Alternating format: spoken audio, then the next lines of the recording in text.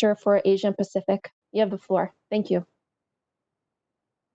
Thank you, Amy, and please, Muhammad, without a mister. Allow me first to extend my gratitude to you and to the UN Network on Migration and the Women in Migration Network for co-organizing this very timely webinar with us. I really cannot emphasize enough how critically important it is to understand the impacts of COVID pandemic on the lives, livelihoods, and well-being of migrant women and girls around the world. Recognizing the invaluable contributions that migrant women make, measures need to be taken now effectively to address their heightening vulnerabilities during and post-COVID. We've seen over the past few months, I was myself in migrant communities outside of Bangkok, Thailand, last week, that the pandemic does indeed discriminate. It does hit hardest those with pre-existing multiple and intersecting forms of discrimination and inequalities on the basis of gender, race, ethnicity, income, age, disability, sexual orientation, migration status, amongst others. The repercussions of COVID have been severe for so many migrant women and girls globally, leaving them in the shadows, often far from home, to cope with a very high risk of infection, economic hardship, and increased sexual and gender-based violence. We need to make their plight visible, and we need to offer tangible and practical solutions. Millions of migrant women have been working tirelessly on the front lines during the pandemic. Healthcare workers, doctors, nurses, care workers, cleaners, launderers, and the list goes on. But many others found themselves out of work. And in the case of many migrant domestic workers, often without even a home. Without access to social protection, many migrant women have been left without any source of income, not only for themselves, but also for the millions of households around the globe that depend on the remittances they send. Many migrant women are forced to return to their country of origin without even any savings. Many women migrant workers, due to the nature of their jobs, were not able to work remotely, facing a heightened risk of exposure to the virus. This has been especially the case for migrant women working in the care economy. With the closure of schools, kindergartens, and care facilities, many migrant women have had to shoulder additional unpaid care burdens of looking after the children, the sick, the elderly, while struggling at the same time to make a living.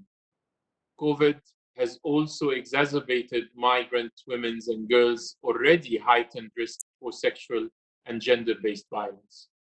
Again, this is particularly so for migrant women with irregular migration status and sexual and gender minorities who are least likely to report violence due to the discrimination or fear of arrest or deportation.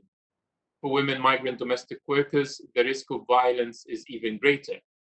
With lockdowns and border closures, many migrant domestic workers were unable to return to their homes and instead were forced to remain locked down with their employers.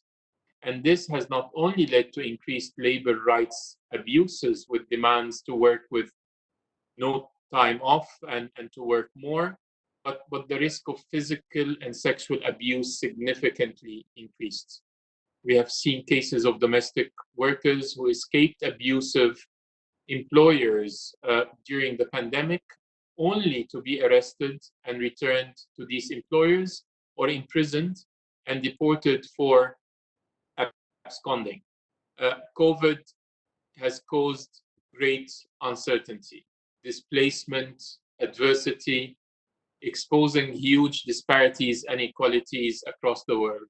But rather than seeking to go back to business as usual, we must make every effort to bridge these rifts and create more equal and inclusive societies. And to this end, it's imperative that migrant women and girls are afforded the same treatment as nationals in socio-economic recovery plans across countries, in line with international human rights and labor standards. I don't want to take much of your time. I'm grateful once more for giving me the floor, and I really look forward to the input and the interventions of the esteemed speakers tonight. Thank you, and back to you, Amy. Great. Thank you very much, Mohammed. Turning over immediately now from the Mission of Bangladesh, Nazreen Jahan, Joint Secretary. Please, you have the floor. Can you hear me?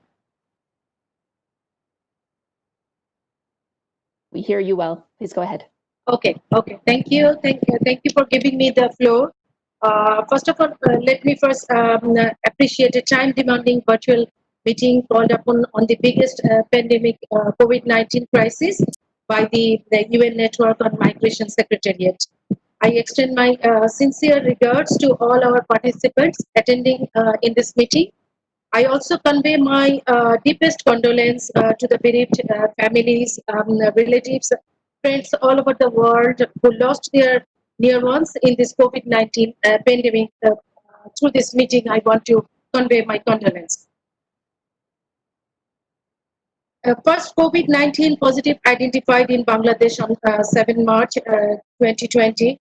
Till then, our government is working on it to materialize and to form all the strategic format to at least to find out the way out how to control this pandemic coronavirus.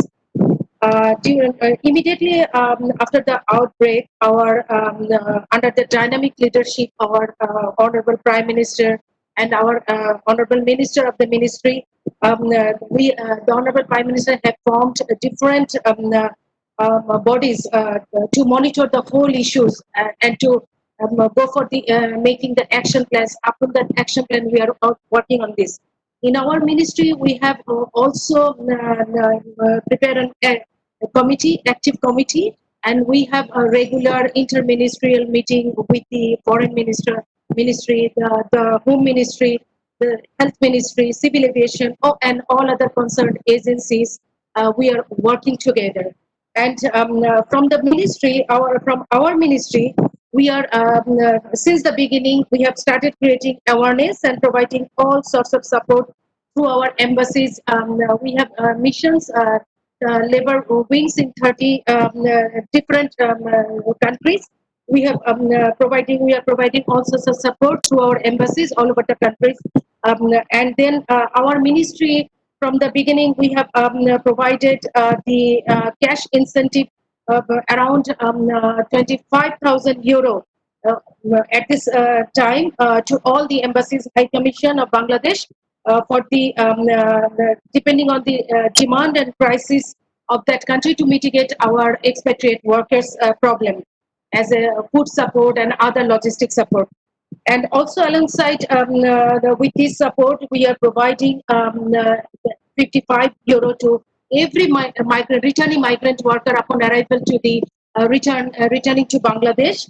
At the airport side, we are providing this support, and also and at this moment we are also provided 3,500 euro to the migrant's family if any migrant died in COVID-19 or any disease during this period. And our ministry also created $21 million as a supplement fund by our Provashi Kalyan Bank. We have Provashi Kalyan Bank. Through this bank, we will provide all the returning migrant worker for any entrepreneurial to start their any entrepreneurial business, and in a very simple interest rate. These are the primary initiative we are we have already taken. And but this COVID-19 pandemic is disproportionately affected women migrant workers across the world. We also consider this through this mostly those are irregular migrants, those are undocumented. And for this, initially we are working with all the mostly in the our migrant female migrant worker, mostly located in the working in the Middle East, and also in Korea, Hong Kong, they are more safer. They are safer. They are not returning back. But in case of Saudi Arabia, those where our worker mostly engaged in housemaid, they are household workers. They are in a vulnerable, a significant portion is in vulnerable condition. We are working with them through our embassies and to the host countries, through our foreign ministry. We are working that not to return back them. And we have safe home in the middle. Most of the Middle East, we have safe home. Through this safe home, we are providing their support, and we are also we have one-stop service. We are providing through the ministry. We have a wage under welfare fund through this welfare, and also wage under welfare board. Through this board, we are providing all sorts of. We have one-stop service, and we have website, dedicated website to address their issues. A monitoring team is continuously working through our departments and workers. But recently, there is an immediate need to prepare a basic data disaggregated by sex, age, and occupation based on the returning migrants to better response planning and recovery management. The institutional mapping to undertake integrating the gender and vulnerability perspective to identify institutional agencies are available to provide required service to women returning and their family members, and social protection measure for women health and reproductive health insurance and legal services need to be strengthening for women. Through this platform, I would like to raise my voice that we need to strengthen for women migrant workers for the legal service and other protection measures. We need to take this enhancing leadership capacity to transform the negative stereotype from the community to address this issue. And I also would like to share with you that mostly from the Middle East, the undocumented female workers want to return back. We are working with IOM, UN agencies, with IOM to help financially to take a project. We are discussing with them to support the returning migrants, especially the female returning migrants from those countries who are seeking for the air ticket and return tickets. That's all from my side, and also a long-term. I am also proposing a long-term economic recovery and social cohesion, working with the migrant workers, empowering the communities directly, and assisting the authorities to improve the existing support structure for social reintegration. And government of Bangladesh and also all the recruiting agency and all the departments are working together to ensure this accountability regarding employment condition of workers during this COVID-19 pandemic. Thank you. Thanks very much, Nazreen, for that example of a whole of government approach in terms of your nationals working abroad in a number of regions. I'll turn over the floor now to Ms. Angela Gawal, the Area Director for Northern Europe of Immigration, Refugees and Citizenship Canada. Please go ahead. Thank you, Amy. Just double checking that you can hear me okay? Loud and clear. Excellent, thank you. And thank you for the invitation to speak on this critical issue today. Like Nazreen, I also want to begin by expressing condolences to all who have lost loved ones during this pandemic, and it's an ongoing one. So condolences to any listeners and to those who've lost loved ones. Gender, alongside other intersecting identity factors such as income, age, race, ethnicity, migratory status, disability, and geographic location, have been central factors in the migration experience, influencing causes as well as the trajectory of outcomes. Canada recognizes that women, girls, and marginalized groups experience displacement and migration differently to men and boys. The gender-responsive migration and refugee policies and practices that empower women and girls will be more effective for migrants, refugees, and also for host communities more broadly. Women are not, however, and I think we have to always keep this in mind, we're not merely victims in the migration process. They are also active agents of change whom we can support to meet their basic needs and fulfill their human rights. With that in mind, it's crucial to include migrant women and girls in decision-making to effectively address their needs and priorities. In the current context of the COVID-19 pandemic, Canada acknowledges that the world will face pressures, not only related to health systems, but also to food security, nutrition, education, fighting gender-based violence, and addressing the burden of care work. The direct and secondary implications of the pandemic are especially significant for women and girls. Today, I'd like to speak briefly about Canada's international and domestic efforts to provide more visibility to gender considerations in the context of COVID-19. As you may know, Canada has been a strong advocate for meaningful inclusion of gender responsiveness in the Global Compact for Migration and the Global Compact on Refugees. And we are actively pursuing our commitments in a number of ways. We recently accepted an invitation from the UN Network on Migration to be a Global Compact for Migration champion country. In this role, we aim to share Canada's best practices to support GCM implementation, including addressing and reducing vulnerabilities in migration, particularly those experienced by women and girls. In addition, Canada is funding the development of a new tool for use by members of the UN Migration Network and to support the gender-responsive implementation of the Global Compact for Migration. So the project is a partnership between UN Women, the International Migration Research Centre, and Wilfrid Laurier University, and it will develop an interactive online gender hub that will provide concrete guidance and resources for governments and for other stakeholders on how to design, implement, monitor, and evaluate gender-responsive migration policies and practices in line with the GCM. With respect to the COVID-19 pandemic, since February of this year, the Government of Canada has committed significant additional funding to support the global response to COVID-19. That includes an amount or the announcement of over 80 million Canadian dollars to international partners to support humanitarian appeals, including the Global Humanitarian Response Plan. Among the GHRP's priorities are commitments to meet the basic needs of the most vulnerable and to protect, assist, and advocate for those particularly vulnerable to the pandemic, including migrants and host communities. If the response to COVID-19 is to be effective and not reproduce or perpetuate existing gender and health inequalities, it is important that gender norms, roles, and relations that cause unique challenges are considered and addressed across all responsive strategies. This includes a recognition that female migrant workers, particularly those engaged in care and domestic work, are likely to experience grave economic consequences as a result of the socio-economic impacts of COVID-19.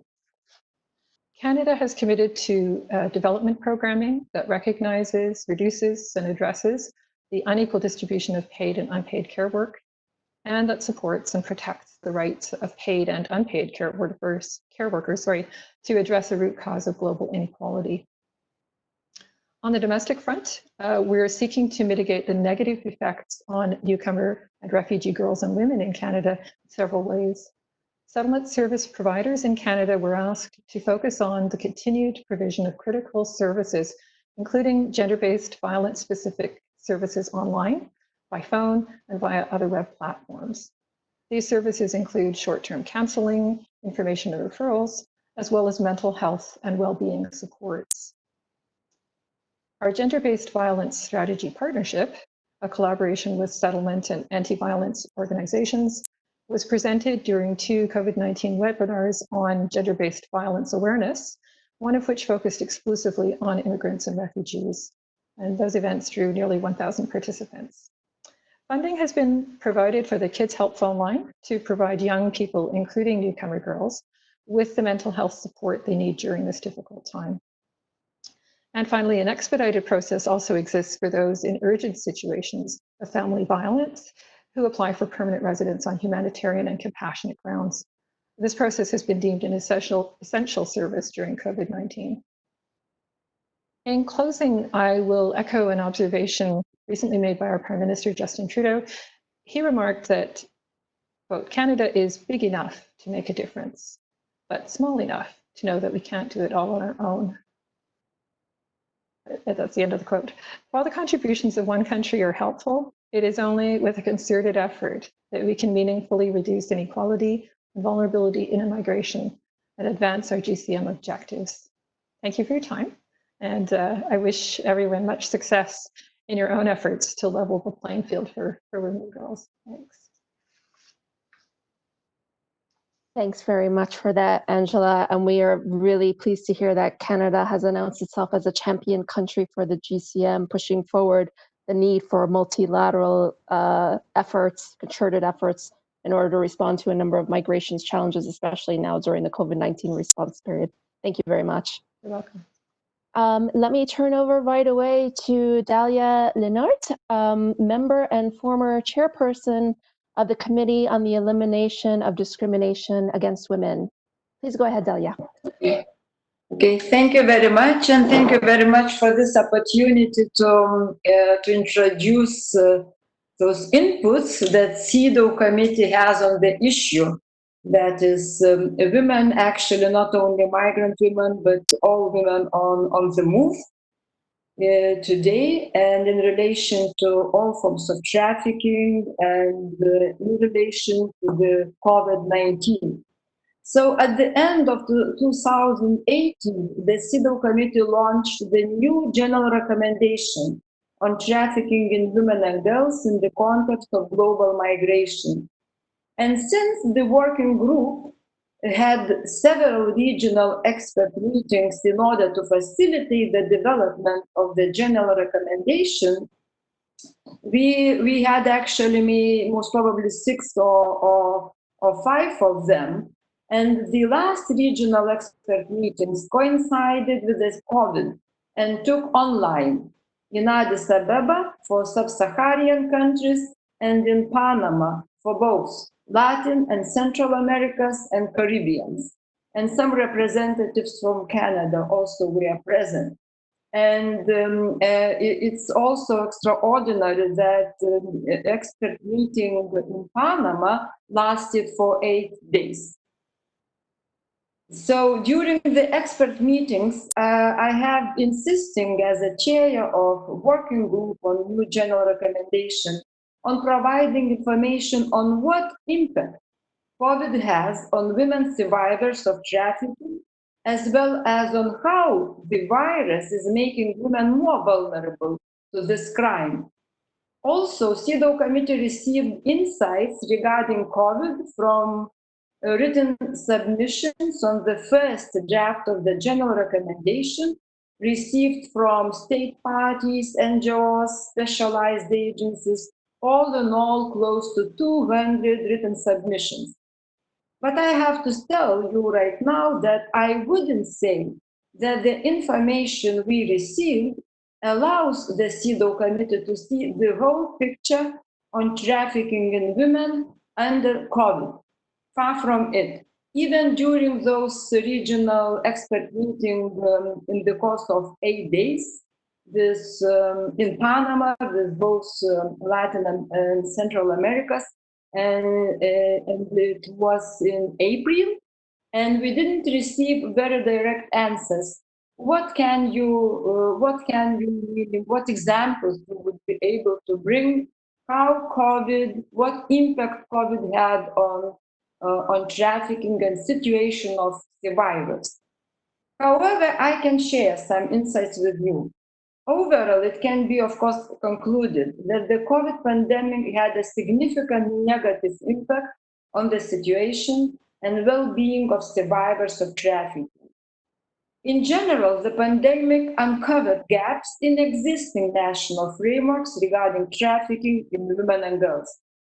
Compared to the situation before the pandemic, survivors face with more difficult situation to almost all services and goods, like medical and psychological services, job opportunities, access to legal assistance.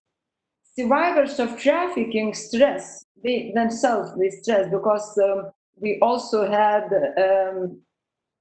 a questionnaire that we were trying to find out about the situation under the COVID. So they stress that access to shelters also has been restricted during the pandemic. In many countries, staff of shelters, understandable, work remotely using cell phones, emails, and websites. However, it is of little use for migrants, refugees, and asylum seekers who don't have cell phones or don't have access to internet. Experts also stress that in some countries, migrants, refugees, asylum seekers are especially vulnerable when are forced to work in the sites without any protection from the virus and being at much higher risk of contracting the COVID. So they are used just like people saving their own citizens.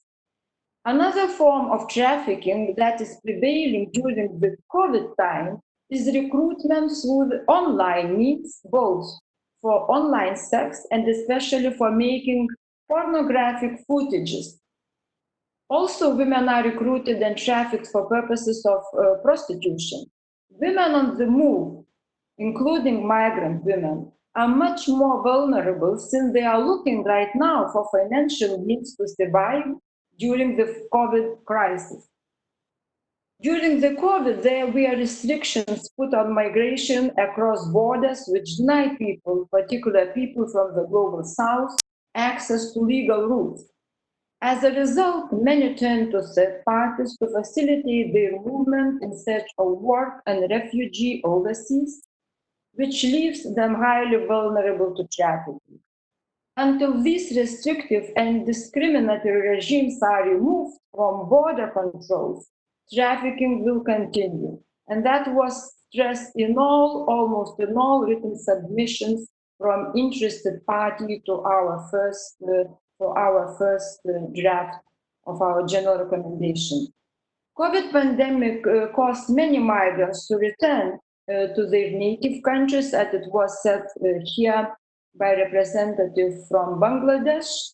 And in this regard, states parties must guarantee safe return actions. And I think we definitely will include recommendations toward this in our general recommendation. COVID-19 also facilitates increased risk of trafficking and survival sex of refugee and internally displaced women and girls during the pandemic. For example, in Haiti, camps of internally displaced people have become challenging settings for countering human trafficking and sexual exploitation of women and girls. Though, if to make concluding remarks from those not very many facts that we know about the interrelation of COVID, trafficking, and the women on the move, most probably we can definitely say that we have huge increase in trafficking for sexual purposes, for pornographic footages, and for trafficking for forced labor. So those two forms, they prevail during the COVID. So these new developments are important to discuss since CEDAW general recommendation will be adopted in a world that has suffered from COVID-19 crisis, and it will not be ended any soon, and its devastating consequences should be reflected in our general recommendation and its recommendations for state parties. Thank you very much.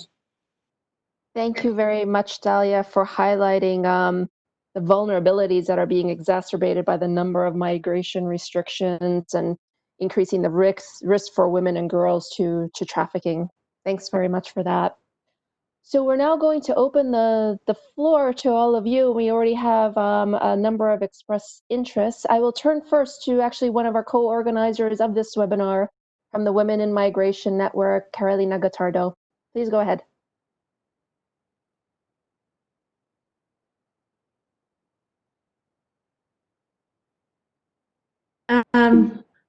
Hi, Amy. Can you hear me? We hear you well. Please go ahead. Good morning and afternoon and evening, depending on where you all are in the world.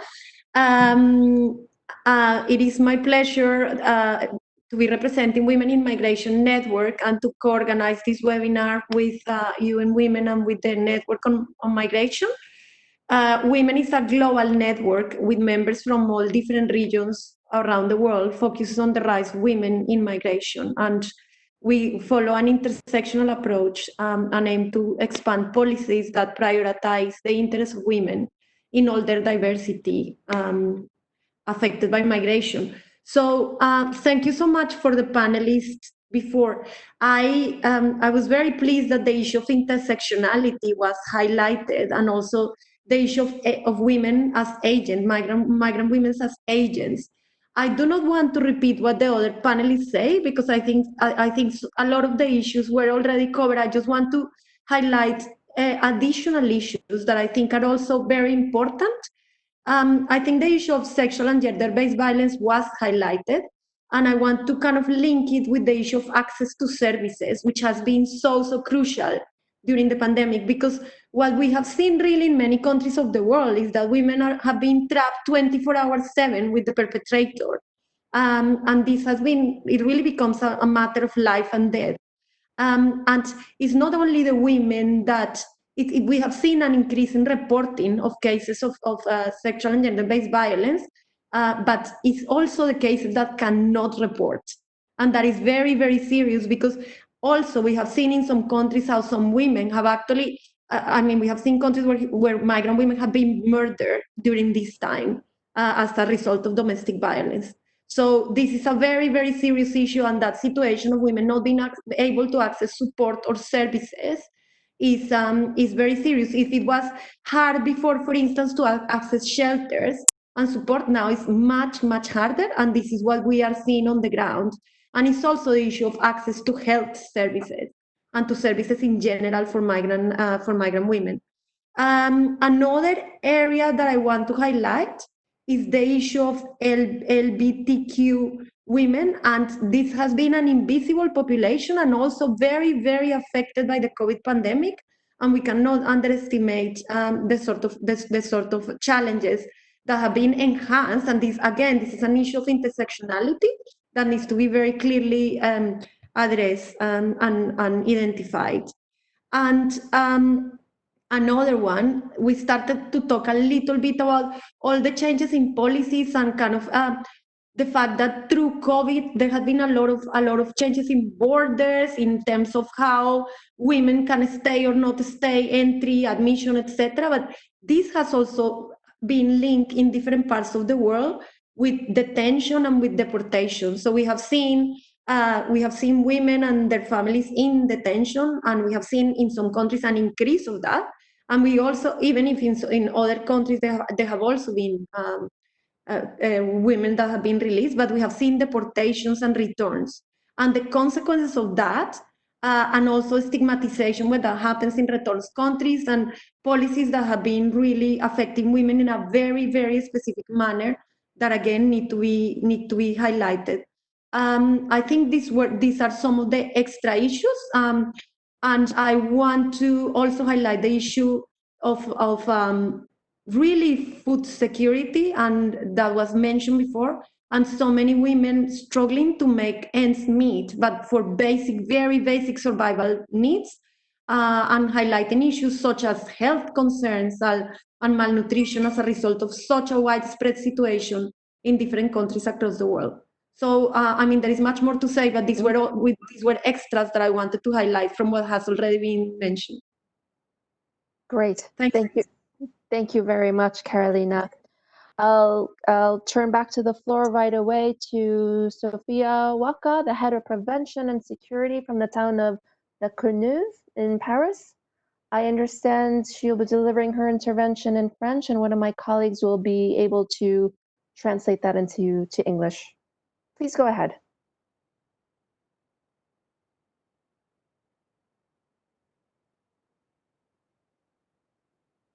Oui, vous m'entendez bien? Ça doit être bon. Oui. Bonjour à toutes et à tous. D'abord, permettez-moi de vous souhaiter bien des choses. J'espère que vous, vos proches et vos collaborateurs se portent au mieux après cette crise, dont on espère qu'elle ne sera pas Suivi d'un second épisode. J'interviens effectivement pour une ville française qui est en Île-de-France, dans le 93 précisément, un département qui est connu pour être particulièrement accueillant pour les populations migrantes. Et c'est le cas de notre ville, qui compte un peu plus de 80 nationalités, avec des migrations successives venant dans un premier temps d'Afrique du Nord, puis d'Afrique subsaharienne, et depuis maintenant quelques années des Comores, du Pakistan, du Sri Lanka et de Chine. Je vous dis ceci parce que sur notre territoire se croise un sujet qui est la migration et un autre qui est celui des violences contre les femmes. Ces violences, elles ne sont pas propres aux populations migrantes, mais elles sont structurelles et systémiques et on les retrouve partout, y compris sur notre ville, avec une question spécifique qui est celle de la prise en charge des femmes victimes de violences, des femmes migrantes victimes de violences, pour lesquelles on a pu constater au travers des récits qu'on peut avoir, des accompagnements qu'on peut faire, que le parcours de sortie des violences de ces femmes est parfois beaucoup plus problématique parce qu'elles vont être confrontées d'abord à des informations sur l'accès aux droits plus restreints. Ensuite, parce qu'il y a une forme de violence très spécifique qui vont s'appliquer à ces femmes-là. C'est le refus par l'époux violent de leur remettre des documents administratifs, ce qu'on appelle les violences administratives. Donc, elles vont se retrouver en situation irrégulière avec un frein supplémentaire en fait à la sortie des violences. On constate également que ce sont des femmes qui vont être pas beaucoup plus sous emprise, mais pour lesquelles l'accompagnement à la sortie de l'emprise, la sortie de l'isolement va être plus difficile parce qu'elles n'ont en général pas de tissu social sur la ville. Et qu'on doit travailler tout un réseau pour prendre contact et amener en fait à structurer un accompagnement de sortie des violences. Sur la question plus spécifique de la gestion des violences faites aux femmes, de l'accompagnement des femmes victimes de violences en période de Covid, ça a été un sujet très important sur la collectivité, principalement parce que notre territoire a connu des féminicides entre 2010 et 2013 qui ont profondément traumatisé le territoire, des morts extrêmement violentes pour lesquelles on avait constaté un certain nombre de signalements qui avaient été faits, des plaintes qui avaient été déposées, et donc un accompagnement qui, pour le coup, a été un peu remis en question. Donc, on a des groupes de travail dédiés à la prévention et à la lutte contre les violences faites aux femmes. Et en moyenne, on a 5 agents de la ville qui travaillent sur la question de la prévention et du suivi des violences en lien avec les services de police et de justice pour essayer d'être au plus proche des femmes et faciliter ces sorties.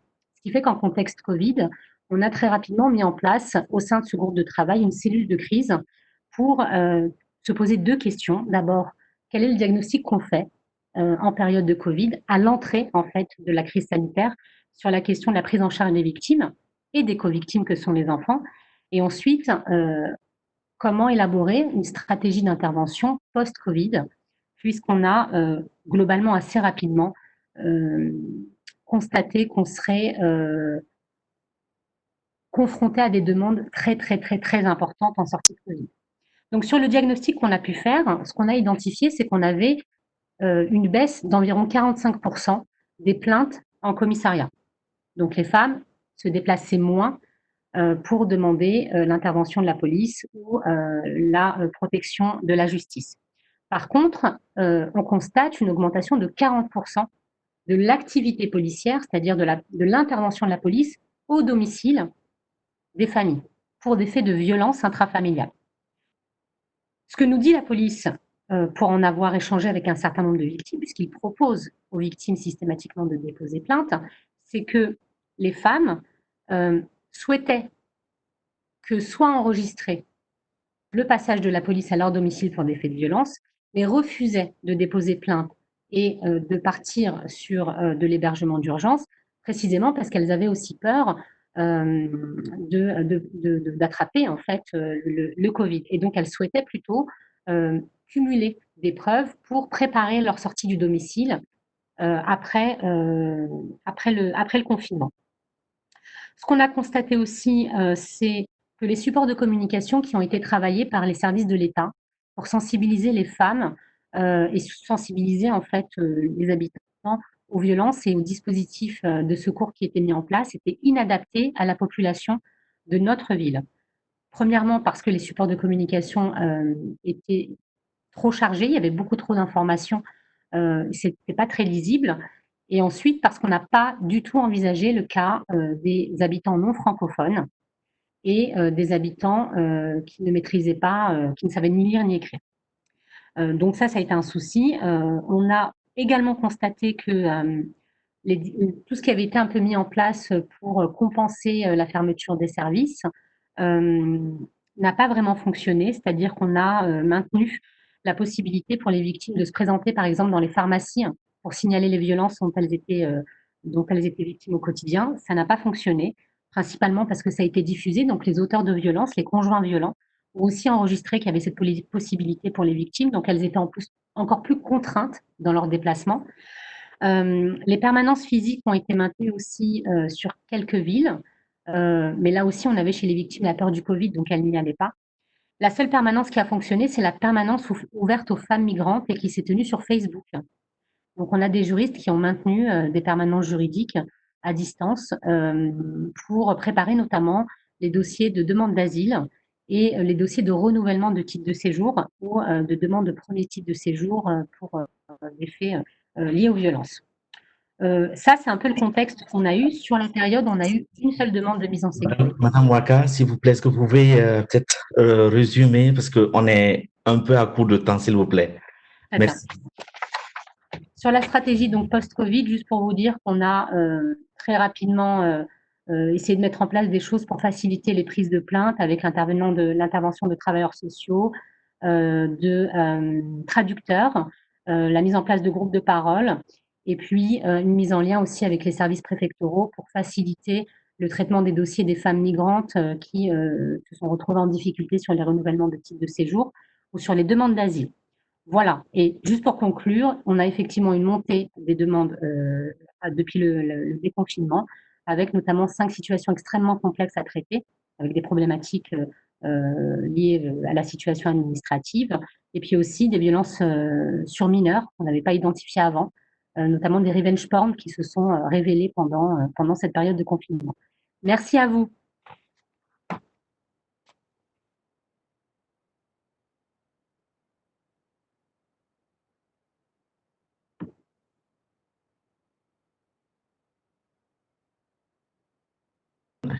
Hello, Amy, can you hear me? Yes, please go ahead. Good. Just quickly to summarize some of the key points that she has been highlighting. She talked about the different type of violence in her context, and specifically shed light on the fact that in her city, violence takes place most of the time in couples. So it's about domestic violence, which is quite heightened. She talks about the different, fact that in her town they have more than 40,000 inhabitants from 80 different nationalities, including migrants, first arrived generations, asylum seekers, or irregular migrants as well. So different types of violence there are including administrative violence, which occurs when women stay without their documents because it's taken by their husband, just to keep them under control. She also mentioned that that migrant women weigh out these violent cycles sometimes are quite longer depending on their status, depending whether they irregular or regular or, because they sometimes are just misinformed or they fear to be repatriated or they fear to be in more precarious situations if they have to report on a violent situation.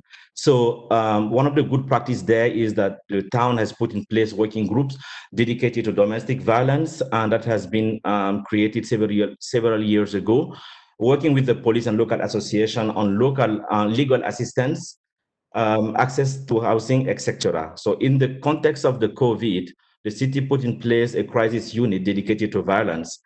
And this unit has posed a diagnostic and also developed a strategy. So as part of the diagnostic, let's say quickly, reduced number of complaints, increased number of police intervention due to domestic violence, more than 400% increase. Women refusing to complain because they fear to lose their housing. Lack of communication due to inadequate language for people who sometimes just don't speak French. And in terms of strategy, of course, she pointed out the fact that there was a facilitation of cross, services cooperation. So this intra-service cooperation, was super helpful in providing adequate support to women in need.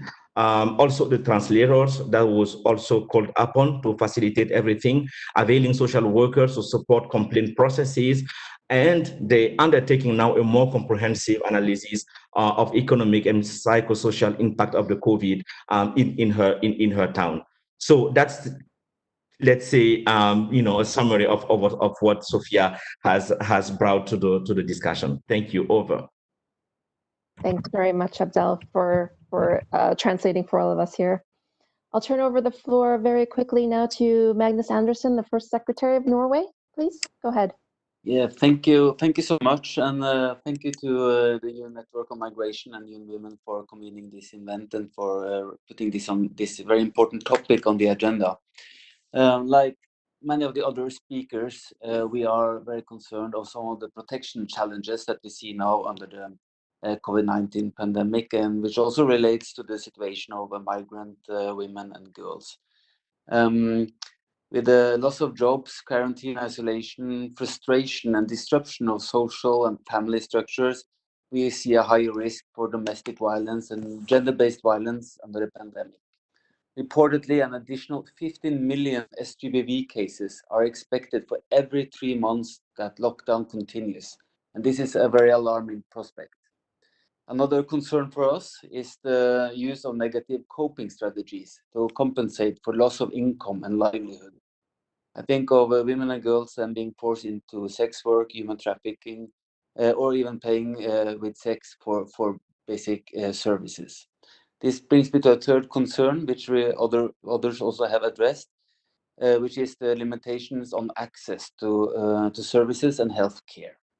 Lockdowns, health systems under pressure or not present at all, and discrimination can for migrant women and girls result in lack of access to health care, for instance, related to sexual and reproductive health services, including maternal and child health services. Well, these are some of the risks, and if we look at some of the maybe more positive sides, we have to look at possibilities too. How can we build on women's leading positions at workplace, in families and communities in our response to COVID-19? We must put women and girls at the center of our efforts and recognize, like others have said, that women and girls are powerful agents of change and key actors in our response to COVID-19. And as a state, we must also make sure that we include all groups in the society in our domestic response to COVID-19.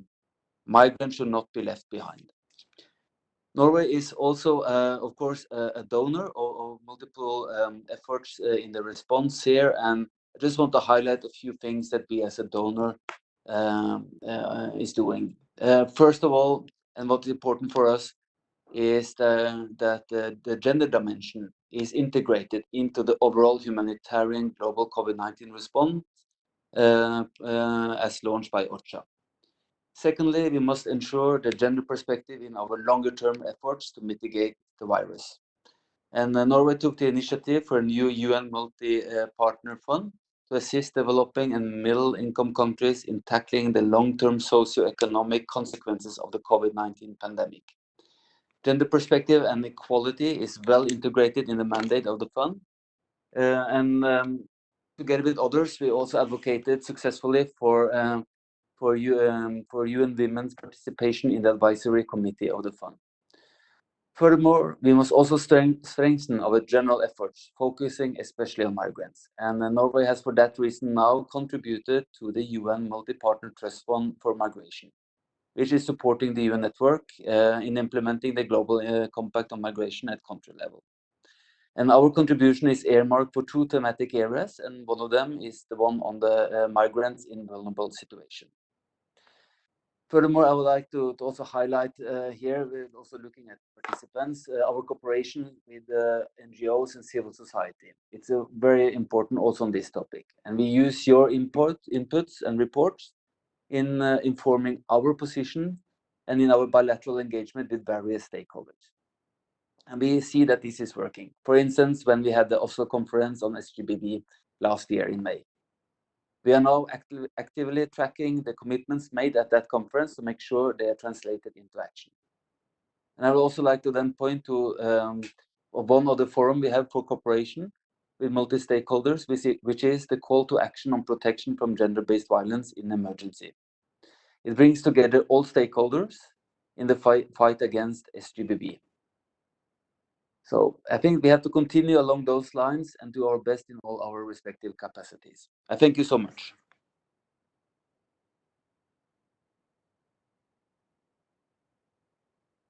On this issue. I'll turn the floor over quickly now to Ms. Ona Teresa of Nigeria. You have the floor. Yeah, hello. Yes, we hear you well. Please go ahead. Can you hear me well? Yes. Great.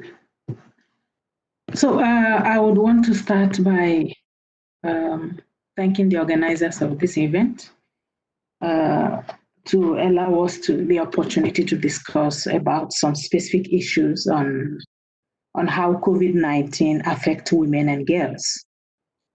You know, we oftentimes say that no one is safe until everyone is safe. But what does this safety actually mean for women and girls, especially migrants? You know, this problem of generalization of safety and the importance of including specific needs of women are what I think constitutes our discussion today. So it is true that everybody can be infected with COVID-19, but the impacts are felt differently across regions, communities, cultures, households, gender, age, and what have you. So in Nigeria, the effects of COVID-19 are felt by everyone, but women and girls are impacted differently. The lockdown brought about increased gender-based violence against women in Nigeria. You know, we see growing cases of rapes and other manners of sexual abuse and gender-based violence. So the socioeconomic impact of the pandemic also affected Nigerian women disproportionately. This could be attributed partly to cultural practices that excluded women from decision-making processes, you know, pushing them, most of them, to the informal sector. And in addition, women are key, major partakers. You know, they take part. They are part of the workforce. They provide primary care for children, the elderly, the ill, the entire household, indeed. And you know, they often become more vulnerable. So women migrants, to talk about, are marginalized and they become more vulnerable, as most of them also engage largely in the informal sector, even under more vulnerable conditions. Mm-hmm. So the vulnerability of women and girls, especially victims of trafficking, or those of them that are on irregular status, can only be imagined during the outbreak. So in this regard, we can say that the pandemic has actually become an eye-opener on the need to strengthen coordination and cooperation among all actors engaged in preventing and responding to violence against women. You know, in the Nigerian society, gender-based violence is a sensitive issue and poses some challenges regarding data collection and that, you know, undermine data-driven decisions. So here we emphasize the importance of building local capacities on gender matters also, because as we know, people are more comfortable to share information with someone who understands their cultural backgrounds and cultural challenges. So even before the outbreak of COVID-19, there were insufficient health facilities, medical supplies, and health workers in Nigeria. You know, the fragile nature of our health sectors has been negatively impacted by the outbreak of COVID-19 and has reduced the gains that we have been able to make over the years. You know, we all understand the special health services that women require. So in this scenario, for instance, when we talk about repatriating migrants, including pregnant women and girls, it means that their special needs should be captured and adequately addressed. So in addition, as I mentioned earlier, some of these women that are engaged in informal sector are breadwinners in most households in Nigeria. So the impact of the COVID-19 on such women and their families can never be overemphasized. You know, closure of markets and businesses entail that they are not able to generate income and cater for their households during and even after the COVID outbreak. So our concern here is how to empower women and girls through the COVID-19 response and recovery plans. So on this note, a socioeconomic recovery plan developed to address these specific needs of women and girls at all stages of migration, irrespective of their status, became very crucial for all stakeholders.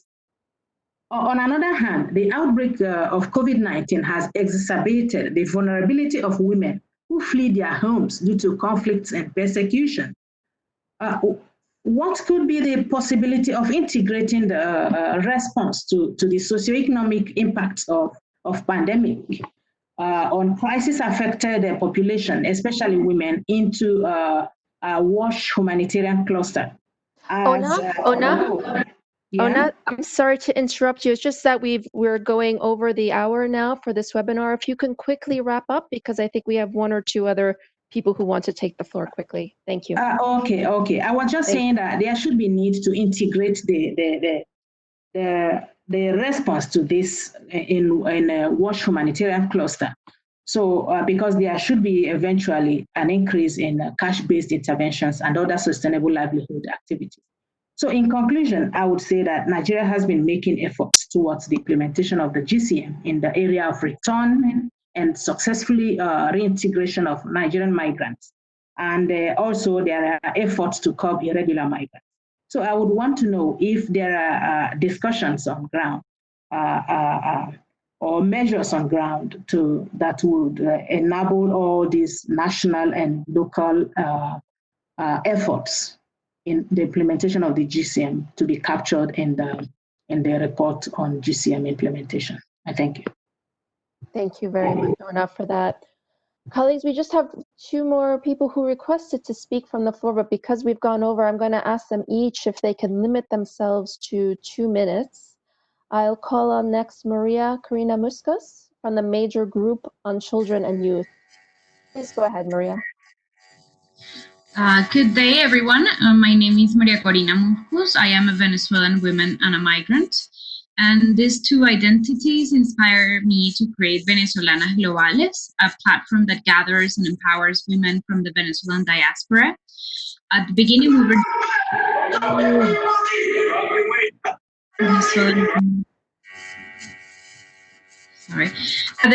were just a few Venezuelan women connected on a Facebook group, and 2 years later, we are a community of more than 2,000 Venezuelans and 19 ambassadors in more than 14 cities in the world.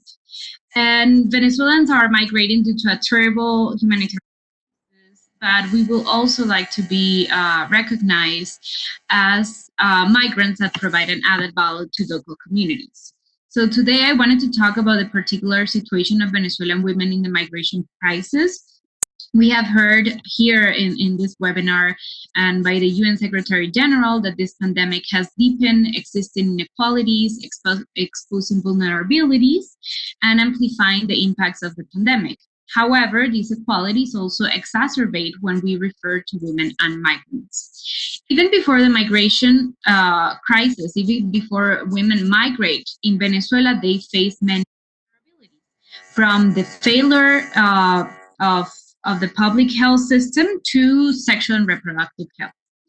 And of course, it was mentioned here in In the panel, migration is not the same for everyone, and women face inequalities proper of a machista society, discrimination, and gender-based violence. So most of the 5 million of the Venezuelans have left my country in need of international protections as refugees. But in the case of women and girls, they are disproportionately at high risk of violence and exploitation. And this past few years, more women and families are of low income status that have left the country.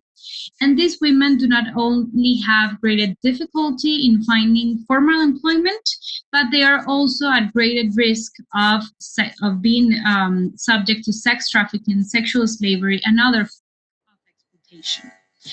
This is higher to women that migrate through Colombia, which many of the points of crossing borders are controlled by illegal groups. Cucuta, for example, has become a spot of recruitment into sex slavery and human trafficking networks that affect women and girls in particular. In the home country, the threat of women and girls that do not have regular status exacerbates. The lack of regular status, of course, prevents them to access to healthcare and education and employment in formal sectors. Women in particular have access to regular the regular labor they have as access is domestic work or low-income occupations. And of course, in terms of violence against women, they are less likely to report because of fear of deportation or retaliation. Another aspect that is important to highlight is xenophobia, which is also an additional threat when we're discussing migrants issues, because this is particularly significant in regions where there are high instances of human trafficking. Venezuelan women are frequent targets due to this sexualization of this vision of a country of beautiful women. And in addition, with regards to the COVID migration crisis, well, these travel restrictions that have put into place through the region, specifically in the Americas, also affect Venezuelan migrants looking for international protection. And as Felipe Grandi, the UN High Commissioner for Refugees, mentioned in this past month, all states must manage their borders in the context of this unique crisis as they see fit. But this measure should not result in closure of avenues to asylum or forcing people to return to a situation of danger. And this has happened a lot with Venezuelan migrants that are now returning to the country, a country that do not have the necessary needs to hold those. Venezuelan migrants should remain in their home countries. And it is also important to highlight when we talk about migrants is the importance of access to services and healthcare, regardless of their migration status, especially if young women and girls need to have access to sexual and reproductive rights. Despite the COVID-19 crisis, it must be prioritized. Thank you very much. Thank you very much, Maria. And then our final request from the floor from Mamadou Niang of the International Trade Union Confederation for Senegal, Mauritania. I understand this intervention may be in French, but also ask that it also be limited to 2 minutes. Please go ahead, Mamadou. Okay. Yes. You hear me? Yes. Thank you, Ami. Merci beaucoup. Je vais parler en français. Je vous remercie beaucoup. Bon, je suis donc Mamadou Niang de la CGTM de Mauritanie. Et par rapport aux violences faites aux femmes et aux filles en période de Covid-19, je vais beaucoup insister surtout sur les violences économiques et sociales. Parce que, comme vous savez, nous, en Afrique de l'Ouest, ici, nous avons des migrations internes et interrégionales, c'est-à-dire de pays à pays, surtout au niveau des frontières. Et le plus souvent, chaque matin, il y a beaucoup de milliers de femmes et de filles qui migrent d'un pays à l'autre pour traverser les frontières, pour mener des activités économiques qui permettent de pouvoir prendre en charge leur famille. Parce que souvent, les gens qui habitent au niveau des frontières sont loin des centres de décision, des centres de ravitaillement au niveau de leur propre pays. Donc, c'est une migration qui permet de faire vivre les riverains autour des frontières, que ce soit les fleuves, que ce soit les frontières terrestres ou maritimes. C'est-à-dire que les gens dépendent de chaque jour les uns des autres. Donc, souvent, c'est les femmes qui sont restées dans ces contrées et les filles qui s'adonnent aux activités journalières, le commerce de détail, les activités d'échange, etc. Et aujourd'hui, les forces sur toutes les frontières, on a eu les forces armées pour surveiller les frontières et extrêmement difficile pour ces populations de pouvoir survivre face à cette situation. Donc, le plus souvent, ceux qui tentent de traverser les frontières sont souvent arrêtés et soumis à des difficultés d'arrestation par les forces de défense et de sécurité qui surveillent les frontières. Bon, et ça fait beaucoup de problèmes. Ils ont lancé beaucoup de SOS pour dire qu'aujourd'hui, ce n'est pas la pandémie qui fait un problème, mais c'est surtout le problème de malnutrition, le problème de manque de ressources pour pouvoir vivre. C'est ça qui aujourd'hui constitue la grande préoccupation de ces femmes et de ces filles au niveau des frontières. Et donc ça, c'est un problème extrêmement important qui se pose. Donc, il y a eu une alerte générale au niveau de cela. Bon, il y a maintenant de plus en plus de pays qui commencent à faire des efforts pour essayer de faire en sorte que les aides sociales qui sont dégagées par les gouvernements puissent arriver au niveau des gens qui habitent vers les périphéries des pays, donc vers les frontières. Il y a souvent le problème d'accès, le problème de route qui se pose et ça fait un peu que ça n'arrive pas très vite. Donc, en tout cas, moi, je voulais insister beaucoup sur cette forme de violence aujourd'hui, que les migrations internes entre les pays africains posent et qui sont des réalités avec lesquelles réellement il faut faire des analyses pour pouvoir, même en temps de pandémie, pouvoir trouver des moyens de faire laisser passer les marchandises et les échanges pour pouvoir permettre aux populations, surtout les femmes qui sont restées souvent dans les villages, pour pouvoir vivre décemment. Donc, voilà, je vous remercie.